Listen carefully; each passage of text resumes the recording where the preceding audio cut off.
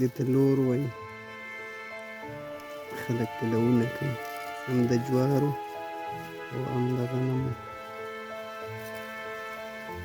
لور باید تېره اوسي تر څو د لو په وخت کې سړی په عذاب نه کړي.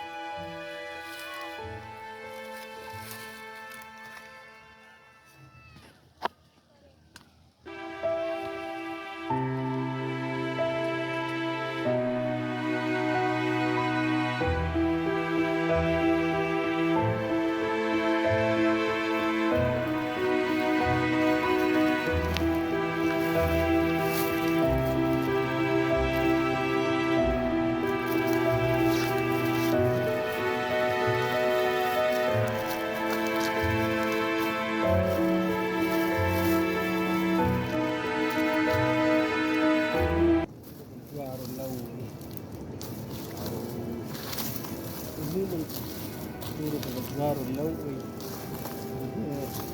اصلا دا کار چې د سپینه د جوارو سپینه چې کوم دی هغه ته ماست بدلېږي، هلته دلته د خانې په حساب باندې سپری وایي. په دې باندې ډېر هغه څه کوي، داسې دا خانې سره ده جوړېږي داسې. دا سپینې کې چې ده یا دوه دا د سیس نه یا د بدن جوړېږي. اوسپنه ډېر خلک د لرګي نه جوړوي، پخوا خلک د پخوانه خلک به هغه د لرګو نه جوړوله. اوس هم ډېر خلک استعمالوي او د وخت په تېرېدو سره اوس ډېر خلک دا کاروي. دا پړی په کچولو یا خلاص کوي، داسې کلکوي یې، داسې کلکوي تر څو دا د کار په وخت کې ورنه ورکه نه شي. دې باندې داسې کوي په اسانۍ سره وجود سره شي. څنګه د خانې کار نه سخت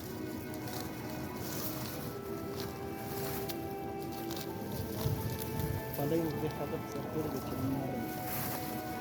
نرم مطلب دا دی چې پناه وي، مخ پناه وي، سترګې پناه وي. مطلب ګرمي ډېره زیاته وي که نه، دومره زیات هم نه وي خو مطلب ځان حفاظت څنګه دی هغه ښه دی.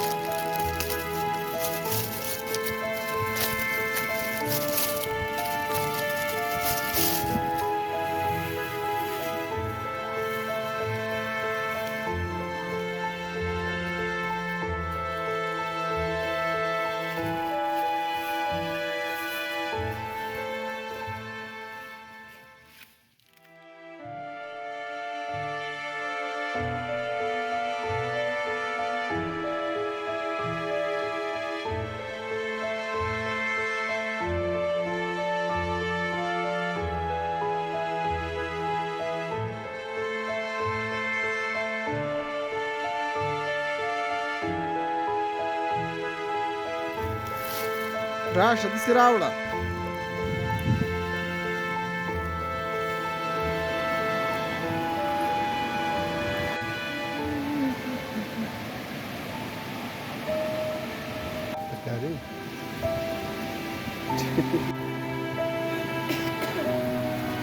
Sakit tu apa?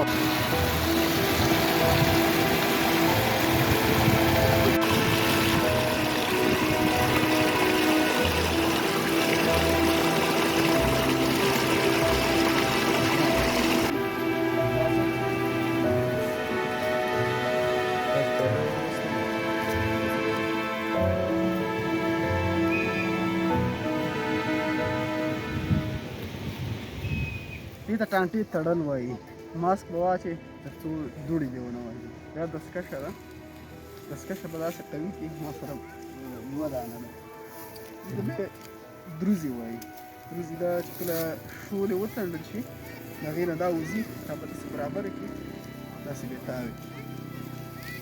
دا چې کله داسې تاوي شي که نه، په دې باندې ټانټې تړل کېږي.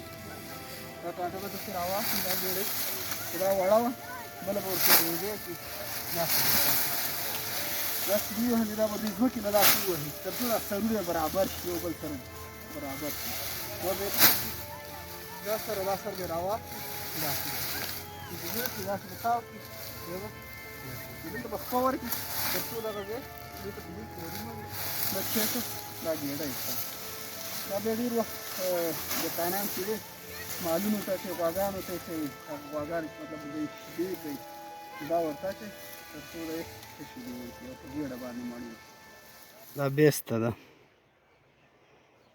دې کې خلک ګېډې تړي دا ټانټې پکې کېښودې لږ به په نورې کېږي بیا ګېډه یې وتړل شو اماده شو وړلو ته